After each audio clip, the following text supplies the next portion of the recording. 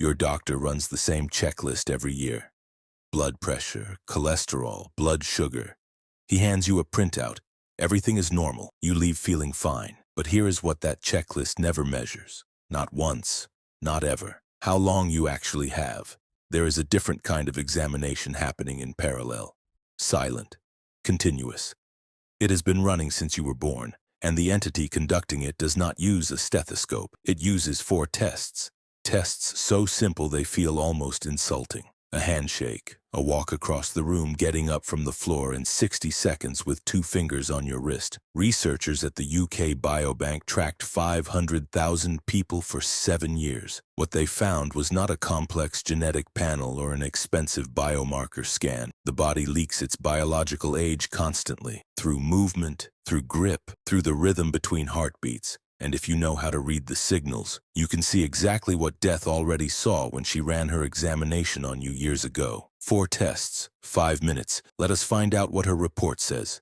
Death did not start with your heart. She started with your hands. Grip strength is the single most studied physical biomarker in longevity research, not because scientists are obsessed with handshakes, because the hand is a readout, a live display. Every major system in your body contributes to the force your fingers can generate. Your nervous system fires the signal. Your cardiovascular system delivers the fuel. Your endocrine system maintains the machinery. Your muscles execute the command. When any of those systems starts to fail, the hand is the first place it shows up. Think of it like your phone battery percentage. When your phone shows 14%, the battery did not fail in that moment. The drain was happening for hours. Silently, in the background, apps running, signals searching, heat building. By the time the number appeared on screen, the story was already written. Grip strength is that percentage. It does not cause the problem. It displays it. The UK Biobank study followed 502,000 people across the United Kingdom. Average follow-up, 7 years. The finding was brutal in its simplicity. Every 5-kilogram reduction in grip strength was associated with a 16% increase in all-cause mortality. Not cardiovascular mortality alone. All causes, cancer, neurological disease, respiratory failure,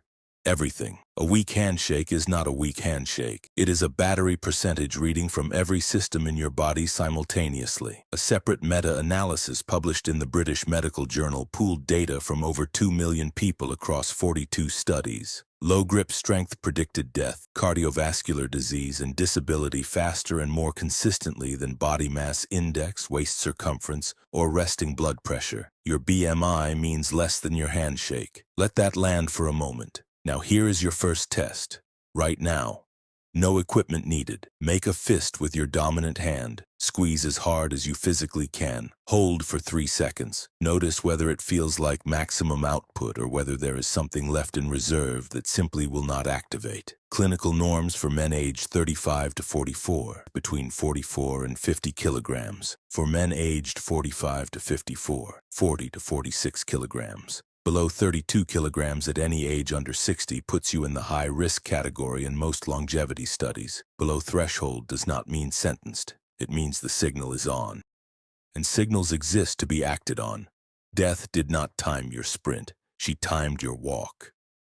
This is the test that makes cardiologists uncomfortable when they explain it to patients, because it is too simple, too accessible, too cheap. And yet the data behind it is some of the most robust in all of longevity research. Walking speed predicts your biological age, your cognitive trajectory, your cardiovascular health, and your proximity to death more accurately than most panels your doctor orders. Your body is a computer that has been running for decades. Walking speed is the loading time. When you open a browser on a brand new machine, the page appears instantly. Same browser on a machine running for 10 years with fragmented memory and outdated drivers. It hesitates. That hesitation is not the browser failing. It is the entire system showing its age through one simple task. A landmark study published in JAMA followed 34,485 adults aged 65 and older. Every 0.1 meter per second increase in walking speed was associated with a 12% reduction in mortality risk. The relationship was linear, smooth, unforgiving. Faster walkers lived longer, slower walkers died sooner. Walking speed does not just predict physical death. It predicts cognitive death. Adults with slower gait speed in midlife, ages 45 to 55, had smaller brain volume, lower cognitive scores, and accelerated markers of biological aging. Your legs are sending signals about your brain right now, with every step. Below 0.8 meters per second is the clinical cutoff for elevated mortality risk. Below 0.6 meters per second places you in the high vulnerability category. The average comfortable walking speed for a healthy adult is between 1.2 and 1.4 meters per second. Now here is your test. Stand up. Find 4 meters of clear space. Walk it at your normal comfortable pace, not your hurrying pace, your default pace, the one you use when nobody is watching. Time it with your phone. 4 meters divided by your seconds gives you meters per second. If you hesitated before standing up, that is already data. Death did not watch you run. She watched you get up from the floor. This is the test most people dismiss immediately. It sounds like something from a children's physical education class. Sit down on the floor. Stand back up.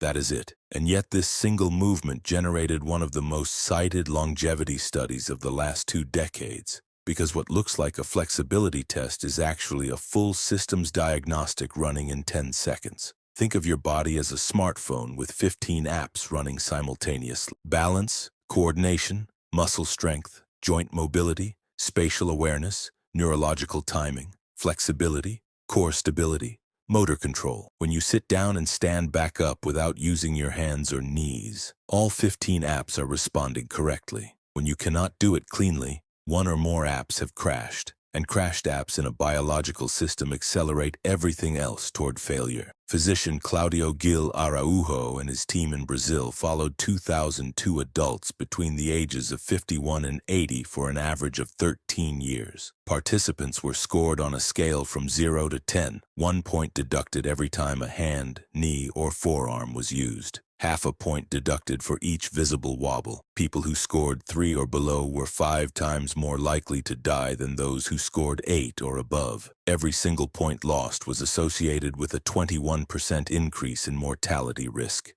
From all causes, the sit-rise test measures integration, not how strong you are, whether all your systems are still talking to each other. Neurological degradation, cardiovascular insufficiency, hormonal decline, all of it shows up in the 10 seconds it takes to get off the floor. Now your test.